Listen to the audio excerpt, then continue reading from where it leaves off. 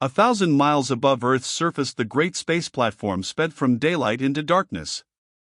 Once every 2 hours it circled the Earth completely, spinning along through space like a mighty wheel of steel and plastic. Through a telescope on Earth, the platform looked to be a lifeless, lonely disk, but within it, hundreds of spacemen and planeteers went about their work. In a ready room at the outer edge of the platform, a planeteer officer faced a dozen slim, black-clad young men who wore the single golden orbits of lieutenants. This was a graduating class, already commissioned, having a final informal get-together. The officer, who wore the 3-orbit insignia of a major, was lean and trim. His short-cropped hair covered his head like a gray fur skullcap. One cheek was marked with the crisp whiteness of an old radiation burn. "Stand easy," he ordered briskly. "The general instructions of the Special Order Squadron say that it's my duty as senior officer to make a farewell speech. I intend to make a speech if it kills me, and you, too." The dozen new officers facing him broke into grins. Major Joe Barris had been their friend, teacher, and senior officer during 6 long years of training on the space platform. He could no more make a formal speech than he could breathe high vacuum, and they all knew it. Lieutenant Richard Ingalls Peter Foster, whose initials had given him the nickname Rip, asked, "Why don't you sing for us instead, Joe?" Major Barris fixed Rip with a cold eye. "Foster, 3 orbital turns, then front and center." Rip obediently spun around 3 times, then walked forward and stood at attention, trying to conceal his grin. "Foster, what does SOS mean?" "Special Order Squadrons, sir." "Right. And what else does it mean?" "It means help, sir." "Right. And what else does it mean?" "Superman or simp, sir." This was a ceremony in which questions and answers never changed. It was supposed to make Planeteer cadets and junior officers feel properly humble, but it didn't work. By tradition, the Planeteers were the cockiest gang that ever blasted through high vacuum. Major Barris shook his head sadly. "You admit you're a simp, Foster. The rest of you are simps, too, but you don't believe it. You've finished 6 years on the platform. You've made a few little trips out into space. You've landed on the moon a couple of times. So now you think you're seasoned space spooks. Well, you're not. You're simps." Rip stopped grinning. He had heard this before. It was part of the routine. But he sensed that this time Joe Barris wasn't kidding. The major absently rubbed the radiation scar on his cheek as he looked them over. They were like 12 chicks out of the same nest. They were about the same size, a compact 5 feet 11 inches, 175 pounds. They wore belted, loose black tunics over full trousers which gathered into white cruiser boots. The comfortable uniforms concealed any slight differences in build. All 12 were lean of face, with hair cropped to the regulation half-inch. Rip was the only redhead among them. "Sit down," Barris commanded. "Here's my speech." The 12 seated themselves on plastic stools. Major Barris remained standing. "Well," he began soberly, "you are now officers of the Special Order Squadrons.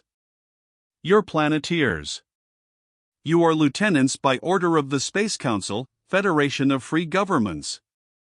And space protect you, to yourselves you're supermen. But never forget this, to ordinary spacemen, you're just plain simps. You're trouble in a black tunic. They have about as much use for you as they have for leaks in their airlocks. Some of the spacemen have been high-vacking for 20 years or more, and they're tough.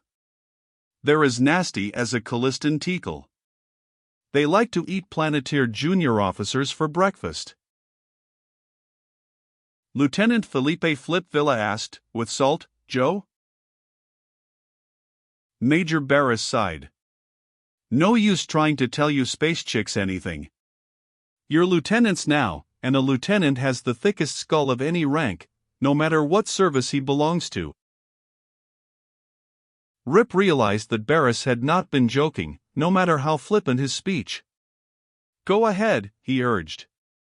Finish what you were going to say. Okay. I'll make it short.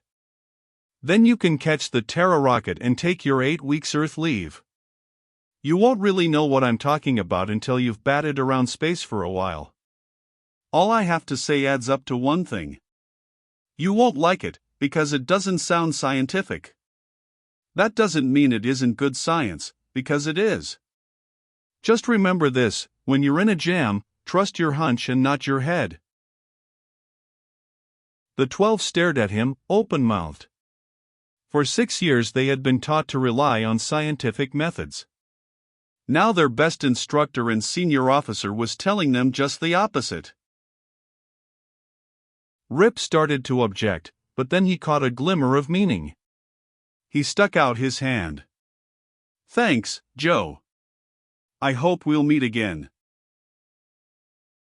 Barris grinned. We will, Rip. I'll ask for you as a platoon commander when they assign me to cleaning up the goopies on Ganymede.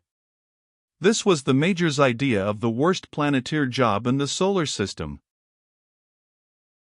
The group shook hands all around, then the young officers broke for the door on the run. The Terra rocket was blasting off in 5 minutes, and they were to be on it. Rip joined Flipvilla, and they jumped on the high-speed track that would whisk them to Valve 2 on the other side of the platform. Their gear was already loaded. They had only to take seats on the rocket, and their 6 years on the space platform would be at an end. I wonder what it will be like to get back to high gravity, Rip mused. The centrifugal force of the spinning platform acted as artificial gravity, but it was considerably less than Earth's. We probably won't be able to walk straight until we get our Earth legs back, Flip answered. I wish I could stay in Colorado with you instead of going back to Mexico City, Rip. We could have a lot of fun in 8 weeks. Rip nodded. Tough luck, Flip. But anyway, we have the same assignment. Both Planeteers had been assigned to Special Order Squadron 4, which was attached to the cruiser Bolide. The cruiser was in high space, beyond the orbits of Jupiter and Saturn, doing comet research. They got off the track at Valve 2 and stepped through into the rocket's interior. 2 seats just ahead of the fins were vacant, and they slid into them. Rip looked through the thick port beside him and saw the distinctive blue glow of a nuclear-drive cruiser sliding toward the platform. Wave your eye stalks at that job, Flip said admiringly. Wonder what it's doing here. The space platform was a refueling depot, where conventional chemical fuel rockets topped off their tanks before flaming for space. The newer nuclear-drive cruisers had no need to stop. Their atomic piles needed new neutron sources only once every few years, and they carried thousands of tons of methane, compressed into solid form, for their reaction mass. The voice horn in the rocket cabin sounded. The SCN Scorpius is passing Valve 2, landing at Valve 8. I thought that ship was with Squadron 1 on Mercury, Rip recalled. Wonder why they pulled it back here. Flip had no chance to reply, because the chief rocket officer took up his station at the valve and began to call the roll. Rip answered to his name. The rocket officer finished the roll, then announced, buttoning up in 20 seconds. Blast off in 45. Don't bother with acceleration harness. We'll fall free, with just enough flame going for control, after 10 seconds of retrothrust to deorbit. The 10-second warning bell sounded, and, before the bell had ceased, the voice horn blasted. Get it! Foster, RIP, Lieutenant. Report to the platform commander. Show an exhaust.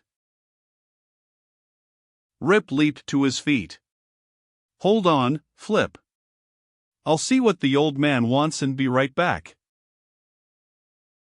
Get flaming, the rocket officer called. Show an exhaust, like the man said. This bucket leaves on time, and we're sealing the port. Rip hesitated. The rocket would leave without him. Flip said urgently, "You better ram it, Rip." He knew he had no choice. "Tell my folks I'll make the next rocket," he called, and ran. He leaped through the valve, jumped for the high-speed track, and was whisked around the rim of the space platform. He ran a hand through his short red hair, a gesture of bewilderment. His records had cleared. So far as he knew, all his papers were in order, and he had his next assignment. He couldn't figure why the platform commander would want to see him. But the horn had called, "Show an exhaust," which meant to get there in a hurry. He jumped off the track at the main crossrun and hurried toward the center of the platform. In a moment he was at the commander's door, waiting to be identified. The door swung open, and a junior officer in the blue tunic and trousers of a spaceman motioned him to the inner room. "Go in, Lieutenant." "Thank you." He hurried into the commander's room and stood at attention. Commander Jensen, the Norwegian spaceman who had commanded the platform since before Rip's arrival as a raw cadet, was dictating into his command relay circuit. As he spoke, printed copies were being received in the platform personnel office, at Special Order Squadron headquarters on Earth, aboard the cruiser Bolide in high space, and aboard the newly landed cruiser Scorpius. Rip listened, spellbound. Foster, RIP, Lieutenant, SOS. Serial 7943. Assigned SOS 4. Change orders, effective this date time. Cancel Earth leave. Subject officer will report to Commander, SCN Scorpius, with detachment of 9 men. Senior non-commissioned officer and second in command, COA, AP, Sergeant Major, SOS. Serial 2941. Commander of Scorpius will transport detachment to coordinates given in Basic Cruiser Astro Course, deliver orders to detachment en route. Take required steps for maximum security. This is Federation Priority A, Space Council Security Procedures. Rip swallowed hard. The highest possible priority, given by the Federation itself, had cancelled his leave. Not only that, but the cruiser to which he was assigned was instructed to follow Space Council security procedures, which meant that the job, whatever it was more urgent than secret. Commander Jensen looked up and saw Rip waiting. He snapped, "Did you get all of that?" "Why, yes, sir." "You'll get written copies on the cruiser. Now flame out of here. Collect your men and get aboard. The Scorpius leaves in 5 minutes." Rip ran. The realization hit him that the big nuclear cruiser had stopped at the platform for the sole purpose of collecting him and 9 enlisted Planeteers. The low gravity helped him cover the 100 yards to the personnel office in 5 leaps. He swung to a stop by grabbing the push bar of the office door. He yelled at the enlisted spaceman on duty. "Where do I find 9 men?" The spaceman looked at him vacantly. "What for?" "You got a requisition, Lieutenant?" "Never mind requisitions," Rip snapped. "I've got to find 9 Planeteers and get them on the Scorpius before it flames off." The spaceman's face cleared. "Oh. You mean COA's detachment. They left a few minutes ago." "Where?" Where did they go? The spaceman shrugged. The doings of Planeteers were no concern of his. His shrug said so. Rip realized there was no use talking further. He ran down the long corridor toward the outer edge of the platform. The enlisted men's squad rooms were near Valve 10. So was the supply department. His gear had departed on the Terra rocket, and he couldn't go into space with only the tunic on his back. He swung to the high-speed track and braced himself as he sped along the platform's rim. There was no moving track inward to the enlisted Planeteers' squad rooms. He legged it down the corridor in long leaps, muttering apologies as blue-clad spacemen and cadets moved to the wall to let him pass. The squad rooms were on 2 levels. He looked in the upper ones and found them deserted. The squads were on duty somewhere. He ran for the ladder to the lower level, took the wrong one, and ended up in a snapper boat port. He had trained in the deadly little fighting rockets, and they never failed to interest him. But there wasn't time to admire them now. He went back up the ladder with 2 strong heaves, found the right ladder, and dropped down without touching. His knees flexed to take up the shock. He came out of the crouch facing a black-clad Planeteer sergeant who snapped to rigid attention. "Koa," Rip barked. "Where can I find him?" "He's not here, sir. He and 8 men left 15 minutes ago. I don't know where they went, sir." Rip shot a worried glance at his wrist chronometer. He had 2 minutes left before the cruiser departed. No more time now to search for his men. He hoped the sergeant major had sense enough to be waiting at some reasonable place. He went up the ladder hand over hand and sped down the corridor to the supply room. The spaceman first class in charge of supplies was turning an audiomag through a hand viewer, chuckling at the cartoons. At the sight of Rip's flushed, anxious face, he dropped the machine. "Yes, sir?" "I need a SPAC. Full gear, including bubble." "Yes, sir." The spaceman looked him over with a practiced eye. "1 full space pack. Medium large, right, sir?" "Correct." Rip took the counter stylus and inscribed his name, serial number, and signature on the blank plastic sheet. Gear's word as the data was recorded. The spaceman vanished into an inner room and reappeared in a moment lugging a plastic case called a space pack, or SPAC for short. It contained complete personal equipment for space travel. Rip grabbed it. "Fast service." "Thanks, Rocky." All spacemen were called Rocky if you didn't know their names. It was an abbreviation for Rocketeer, a title all of them had once carried. Valve 8 was some distance away. Rip decided a cross ramp would be faster than the moving track. He swung the SPAC to his shoulder and made his legs go. Seconds were ticking off, and he had an idea that the SCN Scorpius would make space on time, whether or not he arrived. He lengthened his stride and rounded a turn by going right up on the wall, using a powerful leg thrust against a ventilator tube for momentum. He passed an observation port as he reached the platform rim, and caught a glimpse of ruddy rocket exhaust flames outlined against the dark curve of Earth. That would be the Terra rocket making its controlled fall to home, with Flip aboard. Without slowing, he leaped across the high-speed track, narrowly missing a senior space officer. He shouted his apologies, and gained the entrance to Valve 8 just as the high buzz of the radiation warning sounded, signaling a nuclear drive cruiser preparing to take off. 9 faces of assorted colors and expressions turned to him. He had a quick impression of black tunics and trousers. He had found his detachment. Without slowing, he called, "Follow me."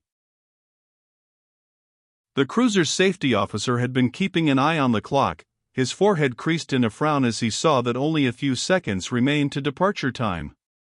He walked to the valve opening and looked out. If his passengers were not in sight, he would have to reset the clock. Rip went through the valve opening at top speed. He crashed head-on into the safety officer. The safety officer was driven across the deck, his arms pumping for balance. He grabbed at the nearest thing, which happened to be the deputy cruiser commander.